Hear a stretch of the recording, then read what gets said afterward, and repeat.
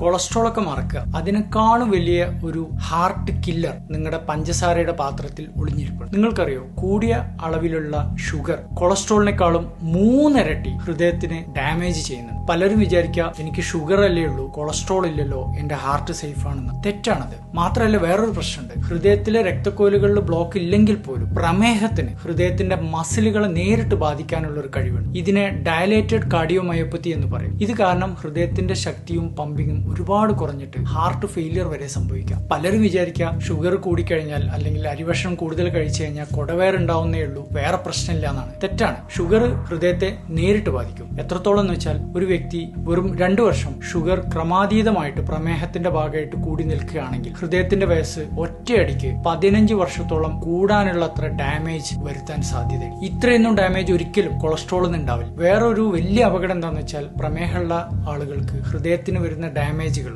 Silent ആയിട്ടാണ് സംഭവിക്കുക. അതിന്റെ ഒരു സൂചന പോലും പലപ്പോഴും നമുക്ക് കിട്ടില്ല. കൊളസ്ട്രോൾ കാരണം വരുന്ന ഹൃദയ പ്രശ്നങ്ങൾ കുറെ വർഷങ്ങൾക്ക് ശേഷം പതുക്കെയാണ് സംഭവിക്കുകയെങ്കിൽ ഷുഗർ പെട്ടെന്ന് ഫ്ലക്ച്വേറ്റ് ചെയ്യുന്നതടക്കം ഹൃദയത്തിനെ വളരെ ഫാസ്റ്റ് ആയിട്ട് ബാധിക്കുന്നത് കാണുന്നത്. വെറും 72 മണിക്കൂറിനകത്ത് വരെ ഹൃദയത്തിന് ഡാമേജ് സംഭവിക്കാമെന്നാണ് പഠനങ്ങൾ കാണിക്കുന്നത്. അതുകൊണ്ട് ഇനി ബർത്ത്ഡേ കേക്ക് എല്ലാം കഴിക്കുമ്പോൾ വളരെ സൂക്ഷിച്ച് കഴിക്കുക. മാത്രമല്ല, ഇനി പൊരിച്ചതും വറുത്തതിനെ കുറിച്ച് കൂടുതൽ ടെൻഷൻ അടിക്കുന്നതിന് പകരം നിങ്ങളുടെ പഞ്ചസാര പാത്രത്തെ കുറിച്ച് കൂടുതൽ ആലോചിക്കുക. അതുകൊണ്ട്